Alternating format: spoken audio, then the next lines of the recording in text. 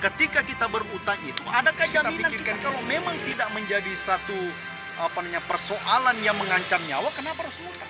Kecuali yang memang mengancam nyawa sebenarnya, itu memang harus dipaksakan, harus ngutang. Artinya ada alasan.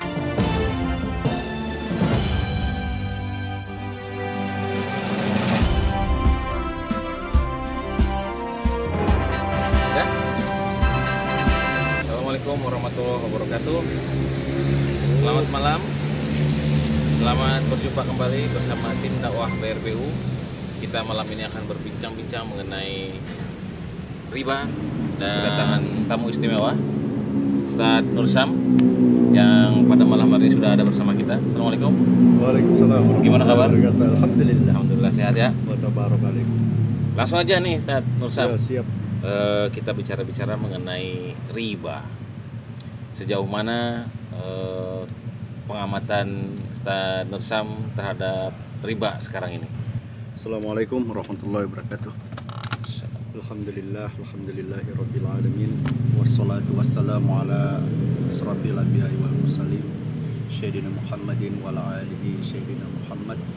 Ketika sistem yang salah sebenarnya ya, maka semua realita maupun aplikasi di lapangan itu juga pasti mengikut salah gitu ya, mengikuti sistem tersebut. Kenapa pada syariat dia jauh? Ya karena pada dasarnya mengadopsi sistem tapi bukan pada sistem Islam itu sendiri. Justru malah mengambil sistem di luar daripada Islam. Islam juga diambil, tapi dalam sisi yang berhubungan dengan ibadah mahdoh saja. Nah, dari yang berhubungan urusan politik, urusan ekonomi, ya urusan hukum, mereka enggan ya mengadopsinya. Ya.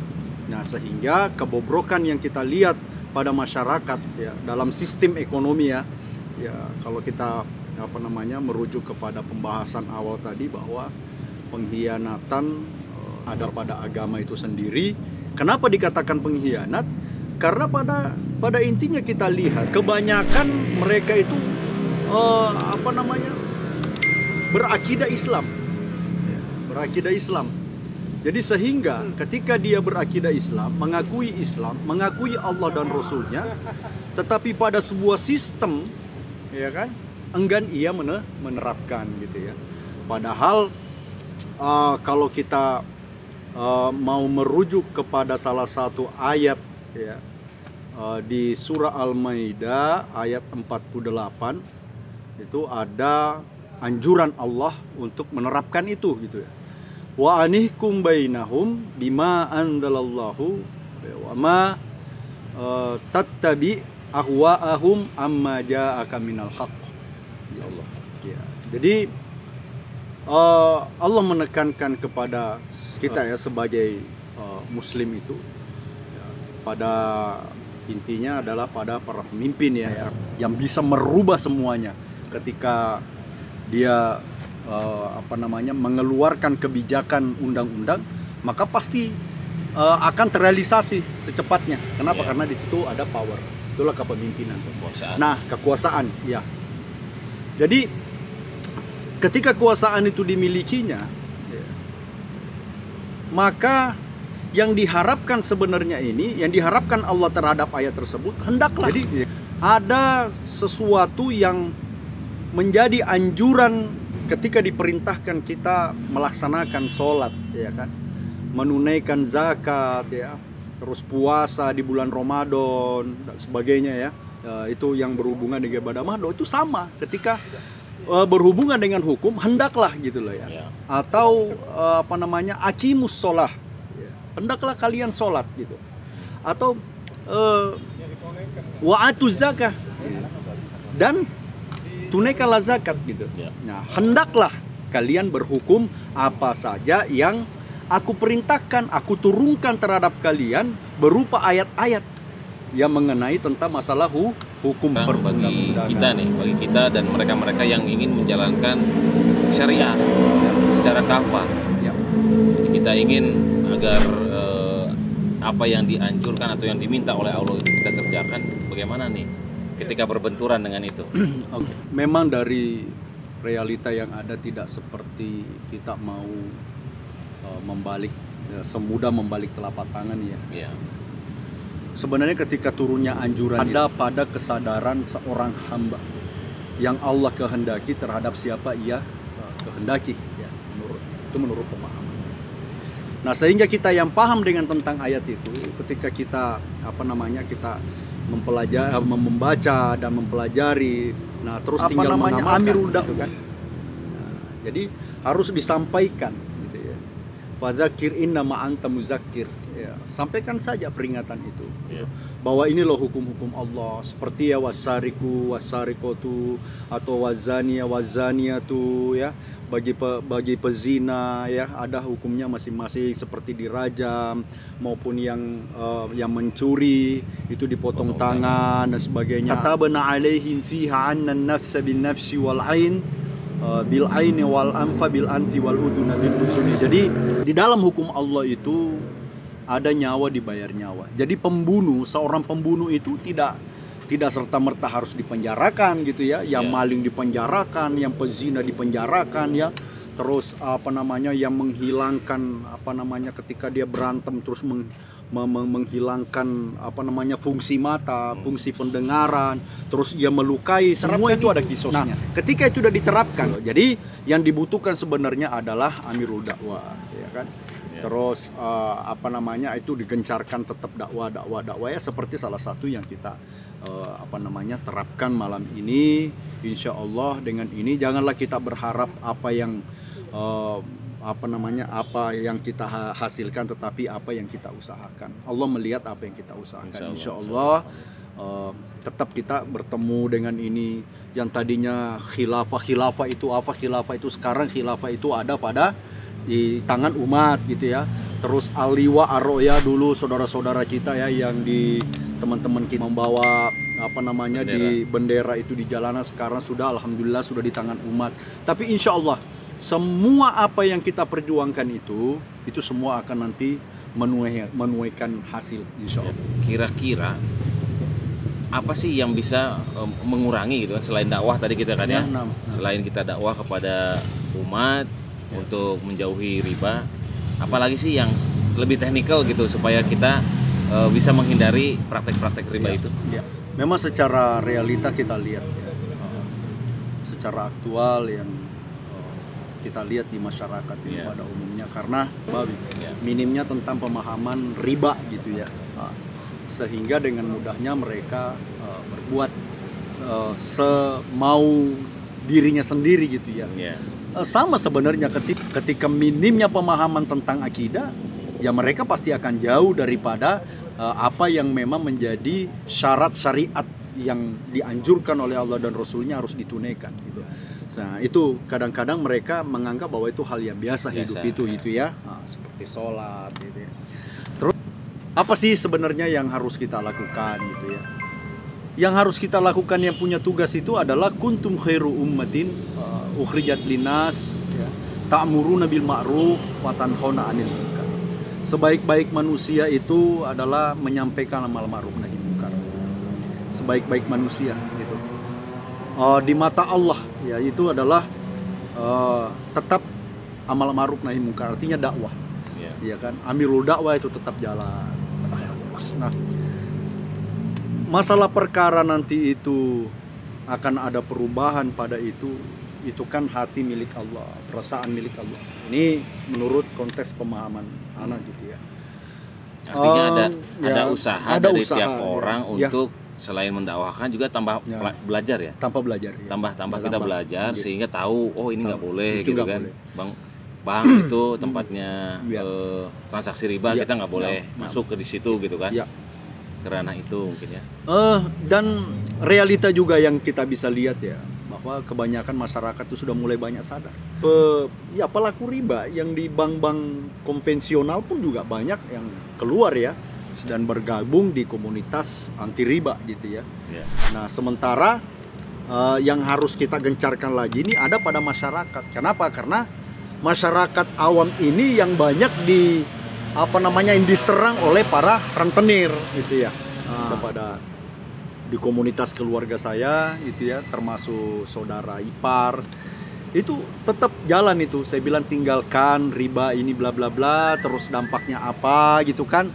Terus selama menjadi pelaku riba apa saja sih yang dialami gitu ya.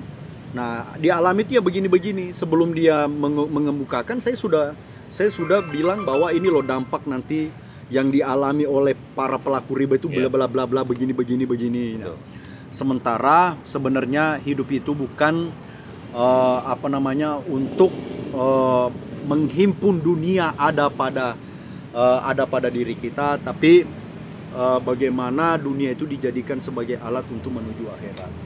Ada pernah punya pengalaman dengan kalau untuk instansi bank ataupun leasing ya, kalau leasing aja pada waktu tahun 97 saja sih, masih minimnya pemahaman pada waktu itu. Ngeredit motor itu aja sih, terus elektronik segala macam. Ternyata itu juga riba. Yang aneh pahami dulu itu ngutang duit itu riba gitu. Ternyata leasing ya. Leasing ternyata juga riba gitu ya. Jadi ternyata sama saja instansinya juga instansi keuangan ya. Tapi itu udah selesai ya, udah diselesaikan. Alhamdulillah ya. Sekarang udah lama banget. Udah lama banget udah. Nah, kemudian gini Tad, ada beberapa waktu yang lalu kita pernah dengar tuh, kita pernah lihat ada himbauan dari pemerintah. Ya katakanlah ini karena menteri beliau menghimbau kepada masyarakat agar berani berhutang tapi tidak rentenir. Nah, ini kan bertolak belakang nih. Sedangkan semua sistem ekonomi bank konvensional kan seperti rentenir ya kan, ada bunganya. Nah, sekarang mereka menghimbau agar masyarakat berani berhutang untuk berusaha gitu kan. Tapi jangan sama rentenir. Jadi kemana lagi nih kira-kira? Bagaimana tanggapan itu? Ya kembali kepada pemahaman orang itu sendiri ya. Ada jenis orang yang tergolong kafir, ada jenis orang tergolong munafik, fasik ya, terus apalagi zolim, muslim, mukmin. Nah, dengan adanya statement itu ya sah-sah saja, tapi dengan catatan bahwa yang mengeluarkan statement itu ada posisi di mana, kategori di mana, jenis-jenis manusia itu. Wa man lam yahkum bima anzalallah faulaika humul kafir dzalimun wal fasikun. Ya kan? Siapa saja yang tidak mau kembali berhukum kepada hukum Allah, maka mereka itu digolongkan orang, kalau tidak kafir zalim, kalau tidak zalim fasik. Nah, artinya Allah itu menggambarkan kriteria orang-orang yang harus dijauhi seperti itu, yang harus dipelajari seperti itu. Oh, ini ada kriterianya orang-orang kafir itu begini, kriterianya orang zalim begini, fasik begini, munafik begini. Hei orang-orang yang beriman, ya ayyuhalladzina amanu. Nah, itu seruan sebenarnya. Nah, kembali kepada statement sebenarnya yang tadi itu ya, yang tadi saya katakan bahwa itu sah-sah saja. Tinggal bagaimana orang yang mendengar itu ya atas himbauan tadi itu, kalau umpamanya yang paham, yang dekat dengan akidah, apapun itu selama itu masih subhat, ya kan, ini subhat nih. Nah, lebih baik kita tinggalkan sampai kita benar-benar yang memang berhubungan dengan Al-Quran dan As-Sunnah. Artinya ya himbauan itu kita terima, kemudian kita kembalikan ke Quran dan ke Sunnah ya, bagaimana? Benar apa enggak itu statement? Ya. Oke, sebetulnya ini yang satu lagi nih pertanyaannya. Sebetulnya hutang itu boleh nggak sih? Berhutang itu boleh kan? Boleh aja kan ya, gitu kan? Nggak haram gitu kan? Boleh aja kan berhutang itu sebetulnya. Hanya tinggal kita bagaimana mensikapi hutang itu gitu. Hutang itu harus dibayar, kemudian juga tidak ada ribanya. Sebenarnya yang patut kita pahami sebenarnya itu ada pada kebutuhan kita. Sementara kita di dalam kehidupan kota ini kan banyak macam, banyak keinginan yang harus dipenuhi dalam kehidupan kita. Nah, itu yang pertama. Yang kedua, dengan kapasitas manusia itu sendiri kadang-kadang memaksakan diri. Gimana dong kalau kita punya rumah, gitu kan? Gimana dong masa kita punya rumah, tetangga tuh punya mobil, gitu ya. Nah, terus itu berjalan dengan sendirinya tanpa memikirkan bahwa adakah jaminan saya esok hari saya masih bisa hidup 1 tahun kah, 2 tahun kah, 3 tahun, sementara utang piutang yang menjadi beban itu hingga 15 tahun, 10 sampai 15 tahun. Iya. Adakah jaminan kita bisa 10 tahun, 15 tahun akan hidup? Ini persoalannya. Memang ada salah satu kisah ketika Al-Khalifatul Umar bin Khattab radhiyallahu an, ya, ketika anak-anaknya pulang sekolah, ya, itu selalu diperolok-olok sama teman-temannya, ya kan? Karena apa? Karena baju yang dia pakai compang-camping, ya, terus sepatu yang dipakai juga ini, gitu ya. Nah, sampailah informasi anak itu terhadap ayahnya, wahai ayah, apakah kau membiarkan anakmu diperolok-olok dengan anak-anak yang lain? Kenapa wahai anakku, katanya? Tidakkah kau melihat Ananda ini, dia bilang bajunya dari baju compang-camping, sepatu sudah pada robek, gitu kan? Masa seorang khalifah, katanya, tidak bisa membelikan. Nah, akhirnya kalau begitu, nak, hari ini saya belum punya uang, tunggulah, ya kan? Tunggulah sebulan kemudian atau akhir bulan. Sehingga anaknya tetap ngotot, oke, kalau begitu coba deh saya kirim surat ke Baitul Mal. Nah, artinya utang itu ya boleh-boleh saja untuk memenuhi kebutuhan, bukan keinginan. Ya. Nah, itu. Jadi, apakah wahai Umar, apakah kau menjamin dirimu akan hidup esok hari? Begitu balasannya. Ya, balasannya itu. Ya. Nah, akhirnya dibatalkan oleh Umar. Artinya, pertanyaan ini ya boleh saja selama itu memenuhi kebutuhan kita sebenarnya. Hanya menjadi persoalan sebenarnya itu ketika kita berutang itu, adakah jaminan kita? Ya. Sebelum utang piutang itu yang harus kita pikirkan, kalau memang tidak menjadi satu persoalan yang mengancam nyawa, kenapa harus ngutang? Ya. Kecuali yang memang mengancam nyawa sebenarnya, itu memang harus dipaksakan, harus ngutang. Artinya ada alasan, gitu lah. Bisa bekerja, makanya kembali beribadah kepada Allah Subhanahu wa taala. Selama dia ibaratnya niatnya untuk beribadah kepada Allah Subhanahu wa taala, seperti itu.